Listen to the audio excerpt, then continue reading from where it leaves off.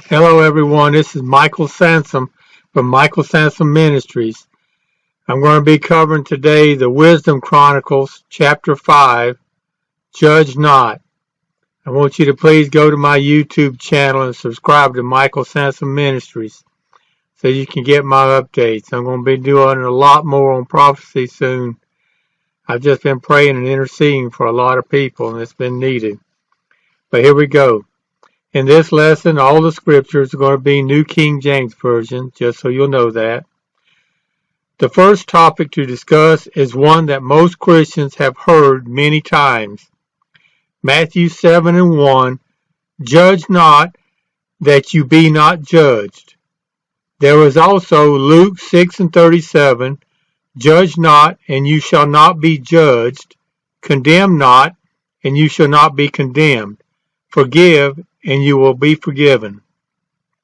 In John 7:21-24, the Jewish people were challenging Jesus' actions on the Sabbath day. Jesus was comparing Moses' circumcision that he did on the Sabbath day with his healing someone on the Sabbath day. At the end of the discussion, Jesus said in John 7:24, do not judge according to appearance, but judge with righteous judgment. So, is it okay to judge someone?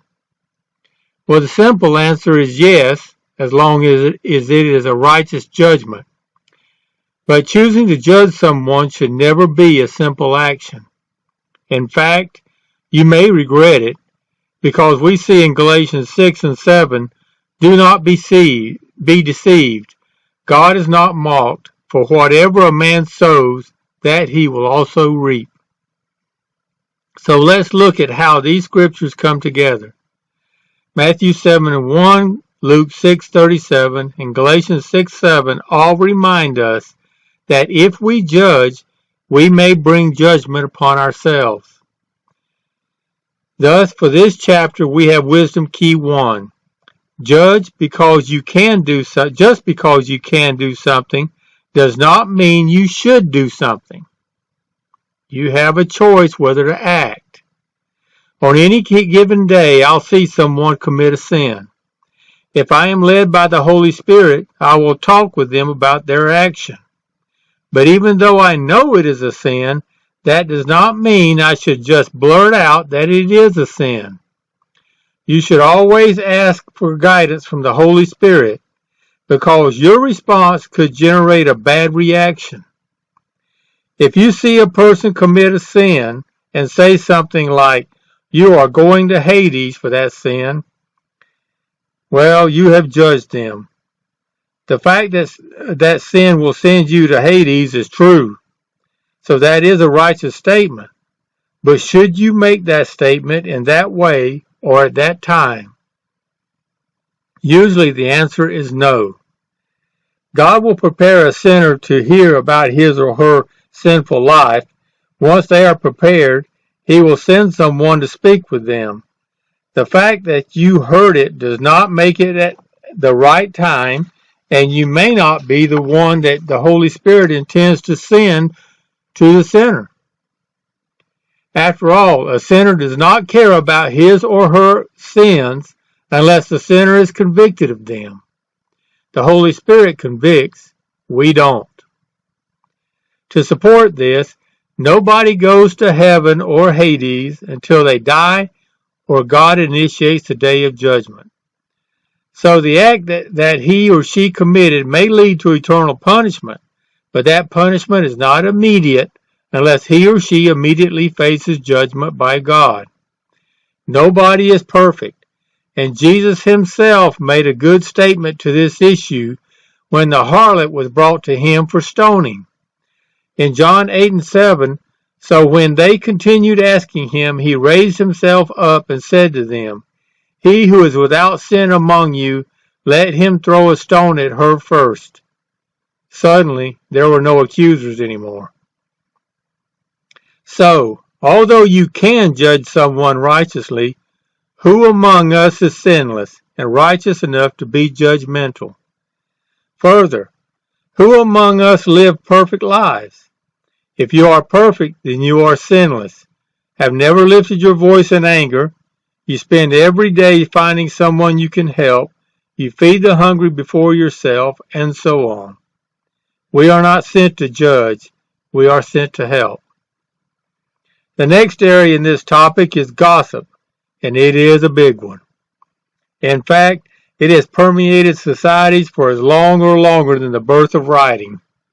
Somebody heard something and could not wait until they told someone else. Well, many years ago, I was in Lake Wales, Florida, at the Polk Avenue Elementary School, and many times in those years the teachers would take the entire class outside and put us in a circle. The teacher would whisper something to child one, and that child would whisper it to the next, and so on until the last child was to speak the subject out loud. It never ended up the same as it began. The statement was changed so many times, the ending statement had nothing to do with the original statement. What the child would say made sense, but it wasn't true. The same applies to gossip. An example. A simple statement about a wife staying home with a sick child while the husband goes to a bowling game becomes, the wife was not invited to the game and the husband is being unfaithful to the wife with a girl on the bowling team. Someone made a judgment without proof. Gossip. So do you think it was okay? This event actually happened and the husband was not unfaithful, but the gossip spread quickly and reached the wife. A divorce was being planned before the truth came out and the gossip train was exposed. Gossip, by definition, means casual or unconstrained conversation or reports about other people, typically involving details that are not confirmed as being true.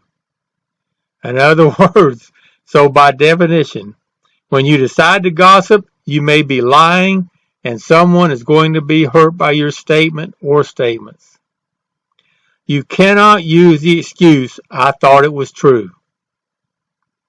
Once a lie is stated, the enemy will ensure it spreads as far as it can and does as much damage as can be done. The Bible talks about those who gossip. Psalm 94:4, they utter speech and speak insolent things. All the workers of iniquity boast in themselves. So we have wisdom key 2. If you don't want to be talked about, don't talk about others. We also have wisdom key 3. Look before you leap and think before you speak. Remember, you reap what you sow and you cannot control how much the original discussion may change, how far it may travel, or whom it may hurt. So now I must ask, why do people feel the need to gossip about other people? I am sure Satan knows, and he would be happy to accuse you before God. So we must be careful of what we say and how we say it. We cannot control who may be listening, so if you want to be righteous, speak righteously. Speak as the Bible tells us. Deuteronomy 32:2 says, "Let my teaching drop as the rain, my speech distill as the dew, as raindrops on the tender herb and as showers on the grass." Colossians 4:6, "Let your speech be always with grace, seasoned with salt, that you may know how you ought to answer every man." Finally, I understand that everyone wants friends. Friends like to get together, but be careful. When you feel comfortable with the people around you, you need to be part of a conversation often results in revealing something that you heard before you know if it is true. Actual data reveals people remember only 10% of what they hear and 20% of what they read. They do remember 80% of what they see, but usually not accurately. So if you feel the need to be judgmental, ask yourself if you are worthy, for Jesus will judge you. 2 Timothy 2:15 reminds us, "Be diligent to present yourself approved to God, a worker who does not need to be ashamed, rightly dividing the word of truth. If you want something to talk about good things. Isaiah 52:7 says, "How beautiful upon the mountains are the feet of him who bring good news, who publishes peace, who brings good news of happiness, who publishes salvation, who says to Zion, your God reigns." Hebrews 10:24 and 25 tells us, "And let us consider one another in order to stir up love and good works, not forsaking the assembling of ourselves together, as is the manner of some, but exhorting one another, and so much the more as you see the day approaching." So in conclusion, I want to remind you all that it's easy to talk. It's easy to get into a clique of friends and just go on about everything you think you know. It's hard to make sure that what you speak about is always true, but you must, because with those words, like a two-edged sword, as Christ said, with those words, they go out to seek who they may defile if they are a lie, or to uplift if they are true. So stand for truth. Do it right. And always ask the Holy Spirit before you make a decision to speak. God bless you all. I love you all. Thank you so much for being patient with my absence, because I've really been praying for a lot of people and a lot of things are happening. Thank you again. God bless you.